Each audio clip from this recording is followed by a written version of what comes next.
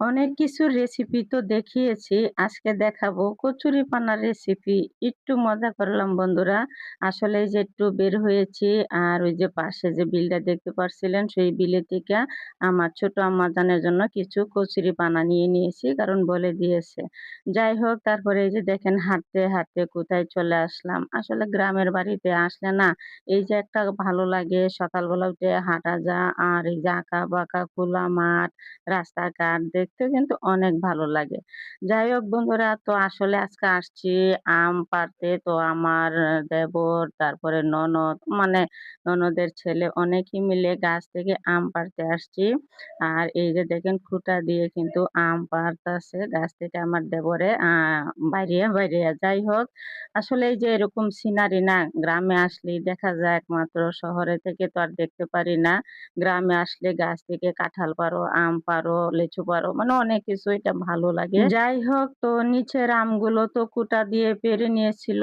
আর গাছের যে একদম উপরে ওই আমগুলো আমার দেবর আবার গাছেই উঠে গেছে আম পাড়ার জন্য। তো ওইগুলো আবার গাছে উঠে কুটা দিয়ে বাইরিয়া, বাইরিয়া পাড়ছিল। আর এইদিকে দেখেন এই যে একদম গাছ পাকা আম এদিকে আমি হাঁটতেছিলাম আর খাচ্ছিলাম। আর নিচে কত আম জমে রয়েছে দেখতে পাচ্ছেন। তো সবাই মিলে কিন্তু আমগুলো ঠুকাচ্ছিলাম। আসলে সবাই মিলে তো ঠুকাচ্ছিল আর আমি কিন্তু এদিকে ভিডিও করার ধান্দায় রয়েছি। কারণ আপনাদেরকে দেখাতে হবে না? আর তার জন্য তো আমাকে এই ভিডিওগুলো ক্যামেরা বন্দি করতে হবে। ঠিক তাই না বন্ধুরা? যাই হোক তো এই যে দেখেন আম খেয়েও নিলাম টুকানোর আগে পাকা আম খাওয়ার মজাই কিন্তু আলাদা। একদম গাছ পাকা আম।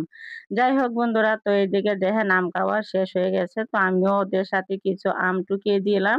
তো মাশাআল্লাহ এখানে কিন্তু অনেকগুলো আমই হয়েছিল। তো সবগুলো আম তো আর দেখাই নাই। তো যাই হোক বন্ধুরা তো আপনাদের কাছে আমার এই আম পাড়া এবং আম কুড়ানোর ভিডিওটা কেমন লেগেছে অবশ্যই কিন্তু জানাবেন। যদি সামান্য একটু ভালো লেগে থাকে লাইক, কমেন্ট, শেয়ার করে কিন্তু পাশে থাকবেন। তো বন্ধুরা আজকে এই পর্যন্তই দেখা হবে নতুন আরো একটি ভিডিওতে। ততক্ষণ সবাই ভালো থাকবেন, সুস্থ থাকবেন। আল্লাহ হাফেজ।